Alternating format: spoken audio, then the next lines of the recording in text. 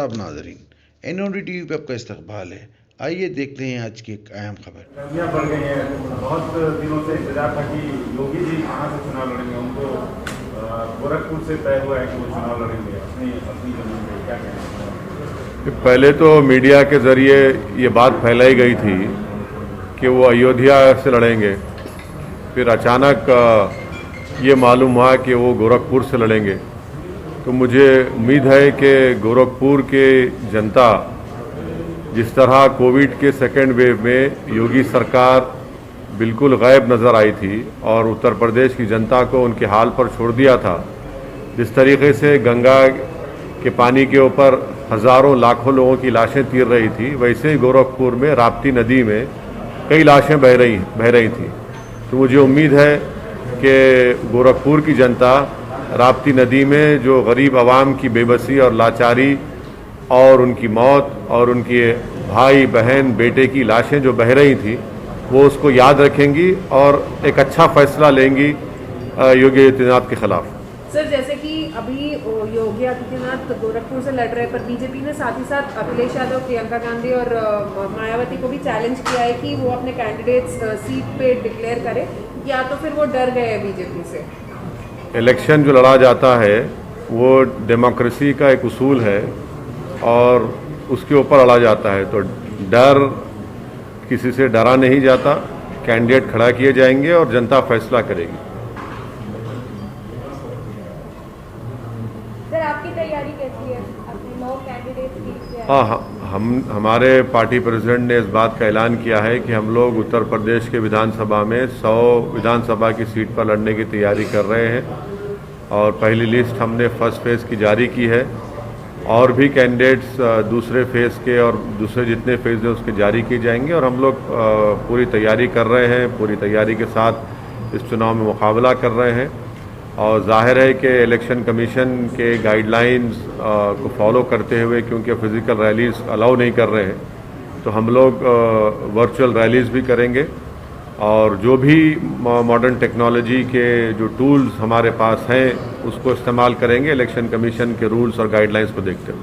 Sir, आपकी रैलियों में काफ़ी तादाद में भीड़ इकट्ठा होती है। ये भी कहा जाता है कि आपकी रैलियों में भीड़ लाई नहीं जाती, खुद इकट्ठा होती है और आपको यूपी में रिस्पॉन्स भी मिलता है। ऐसी स्थिति में जब इस तरह के रिस्ट्रिक्शंस लगे हैं, तो आपको नहीं लगता कि आपको नुकसान होगा जो आप फिजिकल रैलियाँ नहीं कर रहे हैं? नहीं, तो देखिए, हम अकेले तो नहीं है। हर पॉलिटिकल पार्टी को इलेक्शन कमीशन ने कह दिया कि फिजिकल रैलीज अलाउ नहीं करेंगे।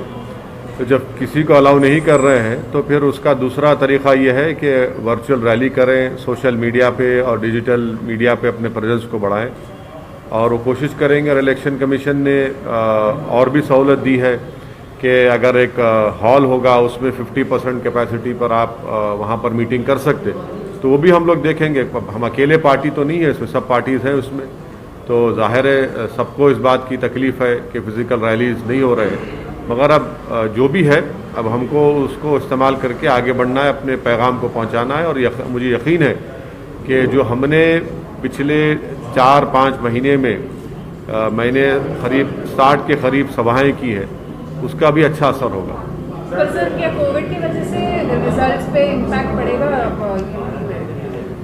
अब ये बताना मुश्किल है कि किस तरीके से कोविड फैलेगा, क्या होगा, बट अब इलेक्शन कमीशन ने अपने विजडम में फ़ैसला लिया है चुनाव कराने का, तो हम पॉलिटिकल पार्टीज़ में पूरा अपना ताउन देंगे, कोऑपरेट करेंगे ताकि लोग ज़्यादा से ज़्यादा निकल कर अपने वोट का इस्तेमाल करें और हमारी पार्टी के उम्मीदवारों को कामयाब करें। सर, मौजूदा रिस्ट्रिक्शंस के मद्देनजर आपका हैदराबाद से सुना गया है कि आपका हैदराबाद से आप कैंपेनिंग नहीं कर पा रहे हैं, तो लखनऊ में कैंप करने वाले हैं? नहीं, तो बात बिल्कुल सही है। अब जैसा ही ये हमारे कैंडिडेट्स का नॉमिनेशन हो जाएगा, प्रोसेस शुरू हो चुका है, तो यकीनन मैं लखनऊ भी जाऊंगा, वेस्टर्न यूपी में भी जाकर किसी जगह पर अगर हम वर्चुअल रैली करेंगे, आवाम से मुलाकात होगी, या जो भी इलेक्शन कमीशन के रूल्स और गाइडलाइंस के तहत काम करना है करेंगे।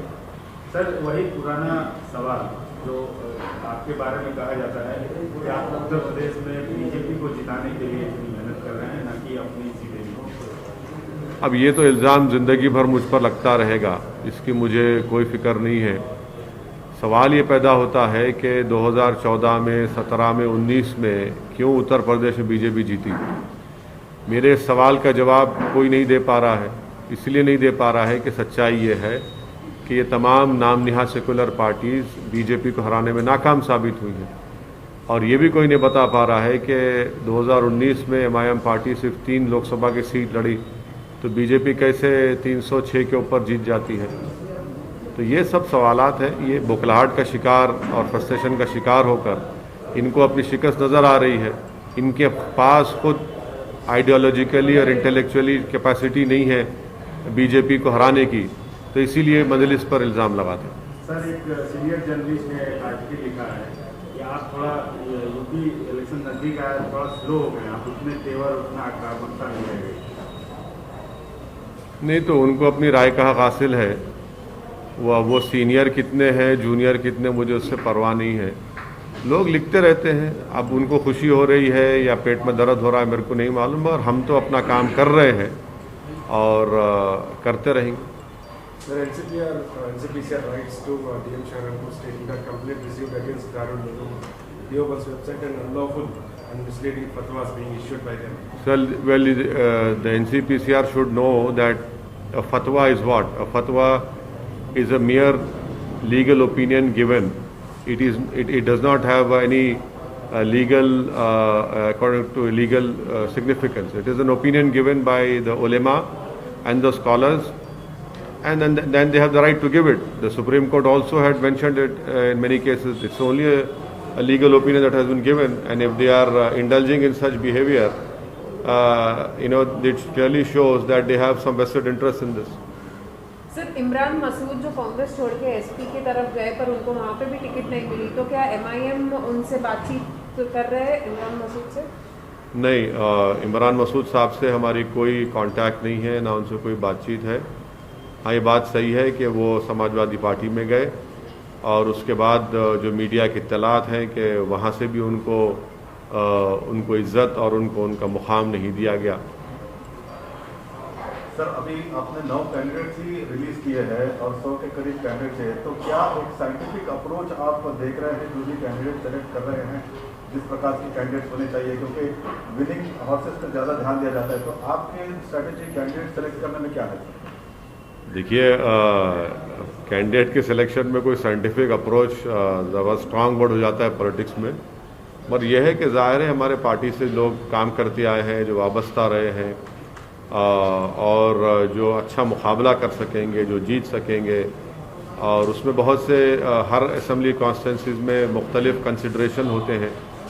उन तमाम को सामने रख कर ही एक फ़ैसला हमारी पार्टी के ज़िम्मेदारों ने लिया है और अच्छा फैसला लिया है। Sir, all India Muslim personal law board ने आपको लेटर लिखा sir? All India Muslim personal law board नहीं लिखा मुझे लेटर, कोई गलत बात है। All India Muslim personal law board का कॉन्स्टिट्यूशन क्लियर है, वो पॉलिटिक्स में इन्वॉल्व नहीं होता। तो आपको ये बात समझने की ज़रूरत है। कई मरतबा हम ये कह चुके हैं कि पर्सनल लॉ बोर्ड सियासत से, अमली सियासत से उसका कोई ताल्लुक नहीं है, ना वो उनका पोजीशन है। सर, कांग्रेस चीफ पंजाब के कांग्रेस चीफ पूरे मतलब non rule BJP states governments minister से मुलाकात कर रहे हैं एलॉन मस्क के जो कंपनी सेटअप के ट्वीट के ऊपर, और पहला इनिशिएटिव यहीं से लिया गया, KTR ने किया था। आप इसमें क्या? मैं वेलकम करता हूं जनाब KT रामाराव साहब ने जो टेस्ला कंपनी को दावत दी तेलंगाना में आने की, यहाँ पर उन्होंने फैक्ट्री खोलने की, और स्टेट गवर्नमेंट ने ये कहा है कि वो हर तरह से सहूलतें देंगी, हर तरह से उनको मदद करेगी ताकि टेस्ला की फैक्ट्री भारत में तेलंगाना में शुरू हो। मैं वेलकम करता हूं KTR के स्टेटमेंट का। उम्मीद करते हैं कि टेस्ला अगर भारत में अपनी फैक्ट्री को कायम करेगा तो तेलंगाना एक प्रोग्रेसिव स्टेट है जहां पर सबसे बड़ा एक इन्वेस्टमेंट डेस्टिनेशन बना हुआ है और इंफ्रास्ट्रक्चर और हर एतबार से बेहतरीन जगह है। उम्मीद करते हैं कि जो उन्होंने वेलकम किया है वो एक हकीकी रूप इख्तियार करे तेलंगाना में टेस्ला आकर। सर, उनका डिमांड्स डिफरेंट है और ये स्टेट्स मिलकर पॉलिटिक्स करना नहीं हो सेंटर के खिलाफ, तो जो भी डिसीजन लिया जाए मिलजुल के। सिर्फ नॉन बीजेपी रूल स्टेट्स ही उनको इनवाइट कर रहा है। तो बीजेपी रूल स्टेट भी इनवाइट करिए, कौन रोक रहा है उनको? कौन रोक रहा है भाई? टेस्ला आना चाहिए ना इंडिया में, क्यों नहीं? बुरी बात क्या है आने में? क्या सिर्फ चीन से इंपोर्ट बढ़ते रहेगा क्या भारत का? इतना ट्रेड डेफिसिट पैदा हो चुका है कि हिस्टोरिकली एक हिस्टोरिक हो गया है, तो सबसे ज़्यादा इंपोर्ट चीन से हो रहा है। तो क्यों नहीं टेस्ला आने में क्या है, जब गवर्नमेंट बोल रही है कि इलेक्ट्रिक व्हीकल्स की प्रमोट करेंगे, पॉलिसी बनाए हैं, तो यकीनन कोशिश करनी चाहिए। Anything on alliance, are you looking for smaller parties to align with? Maybe only time will tell, but as of now we are completely geared and ready to fight the election. If it happens, we'll let you know. Sir anything on Malegaon? Nothing. It is now the ball is in NIA court. It is the NIA's duty to do justice to the people who have died in that bomb blast. The NIA should ensure that the victims and their family get a closure, and the closure can only happen when the accused are convicted by the courts of law, and that can only happen if NIA does their work with due diligence, with all the honesty and with fairness. Otherwise, I fear that what happened in Makkah Masjid bomb blast case, what happened in Khaja Ajmeri bomb blast case, what happened in Samjhota bomb blast case, where there has been no justice has been done. We do not want the same fate to happen in this Malegaon bomb blast case.